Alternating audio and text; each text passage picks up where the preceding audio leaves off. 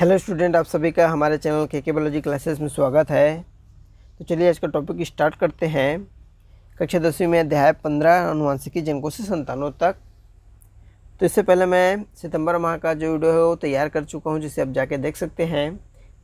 ये वाला जो वीडियो है वो अक्टूबर माह का है। तो आप लोग को पता होगा कि माध्यमिक शिक्षा मंडल बोर्ड ने क्या किया था, सिलेबस तैयार किया है मंथली वाइज, उसी पर आधारित क्या है हमारा वीडियो है।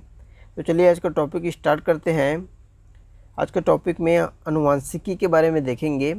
तो स्टूडेंट, आप लोग को पता होगा आनुवंशिकी क्या होता है। जैसे जनकों का गुण संतानों में क्या होता है, ट्रांसफ़र होता है। या तो जनक के समान होंगे या तो क्या होंगे, भिन्न होंगे। कई गुण ऐसे होंगे जो उसके समानता रखेंगे, तो कई गुण क्या होता है, भिन्नता रखते हैं।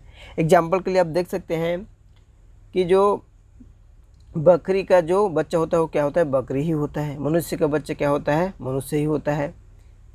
आम के फल में क्या होता है, आम का फल ही प्राप्त होता है, उसका जो सीड होता है वो आम का ही प्राप्त होता है। इसी प्रकार से क्या है, उसमें समानता है तो असमानता भिन्नता भी होता है। तो चलिए देखते हैं क्या है आनुवंशिकी।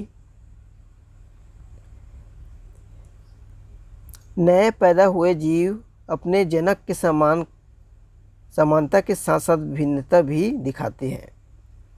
क्या दिखाता है, जो नया पैदा होता है जीव वो क्या करते हैं, समानता के साथ भिन्नता भी दिखाते हैं अपने जनक से। तो वहीं दूसरा देखें तो प्रजनन से कोई जीव अपने ही जैसा जीव पैदा करता है। जैसे बबूल के पेड़ से क्या बनता है, बबूल ही बनेगा। और बकरी से क्या होता है, बकरी ही पैदा होगा। इस प्रकार से समानता भी होता है और असमानता भी होता है। तो चलिए आगे देखते हैं जीवों में समानता और विभिन्नता क्या होती है। तो आप लोग देख सकते हैं, कोई मोटा होता है तो कोई पतला होता है, कोई छोटा होता है तो कोई बड़ा होता है। तो सभी में समानता के साथ क्या होता है, असमानता भी होते हैं। आप देख सकते हैं किसी का उंगली 6 होता है तो किसी का 5 होता है। जनरली आप लोग देखें तो उंगलियां कितना होता है, 5 होते हैं। इसी प्रकार से समानता के साथ विभिन्नताएँ भी होती है।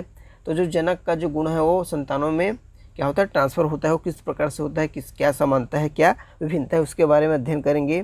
तो चलिए देखते हैं, ये चार्ट देखते हैं। चार्ट में दिए गए हैं, आप देख सकते हैं लक्षण है। आँख की पुतली का रंग काली, भूरी, हरी कोई भी हो सकता है, अन्य रंग भी हो सकते हैं। तो आप देखेंगे स्वयं में कौन सा रंग है, आपके माता में कौन सा है, आपके पिता में कौन सा है, आपके दादा में कौन सा है, दादी में, नानी में, नानी में, नाना में, भाई बहन, इसमें कौन सा कलर है। तो आप क्या करेंगे, आपका अगर काला है आँख का रंग तो आपके भाई में कौन सा रंग है, आपके पिताजी में कौन सा रंग है। तो आप उसमें क्या करते हैं, समानता है या भिन्नता है, आप देख सकते हैं। अगर आपका आँख का जो पुतली है वो काला है तो आपके भाई का भी काला है तो एक समान होगा। आपके पिताजी का काला है तो एक समान होगा। अगर आपके पिताजी का जो आँख का पुतली है वो भूरा है, आपका काला है, तो उसमें क्या होता है, भिन्नता हो सकती है। तो इसी प्रकार से हम लोग दूसरा देखें तो दूसरा में देखिए, ठुड्डी में गड्ढा हाँ या नहीं है कि नहीं, उसको देखना है। आप में है कि नहीं है, आपके माता में है कि नहीं है, आपके पिता में है कि नहीं है। अगर है आपके में भी, आपके पिता में भी है तो क्या हो, समानता है। अगर नहीं है तो क्या होता है, विभिन्नता होती है। उसी प्रकार से आप तीसरा देख सकते हैं, जीभ का गोल मुड़ना, मुड़ता है कि नहीं, हाँ है या नहीं। आप में आपका जो जीव है वो मुड़ता है कि नहीं, आपके माता का मुड़ता है कि नहीं, आपके पिता का मुड़ता है कि नहीं। आप देख सकते हैं समानता है कि विभिन्नता है। उसी प्रकार से आप चौथा देख सकते हैं, पैर की दूसरी उंगली अंगूठे से जुड़ी हुई है, अंगूठे से क्या है, छोटी है, अंगूठे से बड़ी है कि छोटी है, उसको देख सकते हैं। तो स्वयं में कौन सा है, छोटी है, या माता पिता में कौन सा है, बड़ी है, आप देख सकते हैं। अगर समानता है तो अंगूठी जो है बड़ी होगी, आप में बड़ी होगी तो आपके पिताजी में भी बड़ी होगी। अगर आप में छोटे हैं, आपके पिताजी में बड़े हैं, तो क्या होता है, विभिन्नता होगी। उसी प्रकार से आप कर्ण में देख सकते हैं, जुड़ा हुआ, स्वतंत्र। तो आप जुड़ा हुआ, अगर आपका कान है, कर्ण है, वो जुड़ा हुआ है, आपके पिताजी में नहीं जुड़ा हुआ है तो क्या है, विभिन्नता होगी। और अगर आपके में जो कर्ण है वो स्वतंत्र है, आपके पिता में भी स्वतंत्र है, तो क्या होगा, समानता होगा। इसी प्रकार से आप पंजे के अंगूठे को भी देख सकते हैं, पीछे में मोड़ सकते हैं कि नहीं मोड़ सकते हैं, हाँ या नहीं। उसी प्रकार से आपके पिताजी माताजी दादा दादी में क्या करते हैं, कंपैरिजन करके आप समानता विभिन्नता को जान सकते हैं। तो चलिए स्टूडेंट आगे देखते हैं, मेंडल के प्रयोग और उनका उद्देश्य क्या है उसके बारे में देख लेते हैं। तो मेंडल ने प्रयोग किया था मटर पर और बहुत से जीवों पर भी किया, तो उन्हें मटर को ही क्या चुना, क्योंकि वो बहुत ही कम समय में क्या होता है, अपना जो फसल है वो देता है, उत्पादन है वो बहुत ही कम समय में दे देता है। तो चलिए देखते हैं किस लिए चुना है उन्होंने। तो पहला जो कारण है वो क्या है, एक वर्षीय पौधा होता है मटर, 1 साल में क्या होता है, कंप्लीट उसका जीवन चक्र कंप्लीट हो जाता है। तो दूसरा देखें तो पर परागण होता है उसमें, एक जो प्लांट है मटर का वो दूसरे प्लांट में क्या करता है, अपने परागकण को भेजते हैं, उसी को क्या बोलते हैं, पर परागण हो सकता है। स्वपरागण हो सकता है, उसी पुष्प का परागण जो परागकण है उसी पुष्प में जाएंगे, स्वपरागण भी हो सकता है। द्विलिंगी पौधा होता है जिसमें मेल फीमेल दोनों हो सकते हैं। और पांचवा है संकरण पौधे जनन योग्य, संकरण पौधे होते हैं जनन योग्य होते हैं। तो वही छठवा देखें तो विपरीत लक्षण वाले हो सकते हैं, जैसे एग्जाम्पल के लिए देखें तो गोल भी हो सकता है, झुर्रीदार भी हो सकता है। तो चलिए इस प्रकार से उसका कारण था चुनने का मटर का प्लांट को।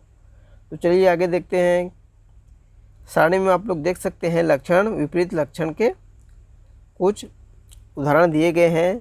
तो मेंडल ने लक्षण 7 लक्षण को क्या किया था, ऑब्जर्व किया था। आप देख सकते हैं पहला है बीज का आकार, बीज का रंग, पुष्प का रंग, फली का आकार और फली का रंग, पुष्प की स्थिति और पौधे की लंबाई। इस आधार पर उन्होंने 7 लक्षण दिए थे पौधे में। आप याद कर रख लेना क्या क्या लक्षण हैं। तो वहीं उस लक्षण में विपरीत लक्षण थे, किसी में गोल थे तो कोई झुर्रेदार था, तो कोई पीला था तो कोई हरा था, उसी प्रकार कोई बैंगनी था, कोई सफ़ेद था, वहीं कोई फुली हुई है तो कोई संकीर्ण थी, वहीं हरी ग्रीन थी तो वहीं पीली थी,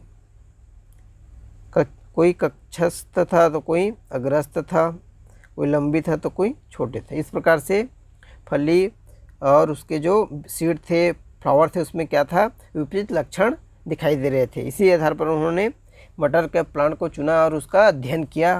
तो चलिए आगे देखते हैं, उन्होंने मटर के जो प्लांट है उसमें बहुत से प्रयोग किए हैं। प्रयोग करने के बाद क्या रिजल्ट आया है उसका क्या किया है, वो अवलोकन किया है। तो उन्होंने मटर के जो बैंगनी कलर है, सफ़ेद कलर है, उसको बार बार क्या किया, क्रॉस करते गए। फिर एक स्थिति ऐसा आया कि शुद्ध बैंगनी प्राप्त हुआ, उसे शुद्ध बैंगनी और शुद्ध सफ़ेद पुष्प प्राप्त हुआ। तो क्या किया, दोनों को क्रॉस कर दिए, दोनों को बैंगनी पुष्प और सफ़ेद पुष्प दोनों को क्रॉस करने पर क्या प्राप्त हुआ, F1 पीढ़ी बैंगनी प्राप्त हुआ। तो आप लोग देख सकते हैं कि बैंगनी जो पुष्प होता है, देख सकते हैं आप, बैंगनी जो फ्लावर है और वाइट फ्लावर है, सफ़ेद फ्लावर है, उसको जो क्रॉस किया है, क्रॉस करने के बाद कौन सा कलर आया है, आप देख सकते हैं टोटल बैंगनी आया है।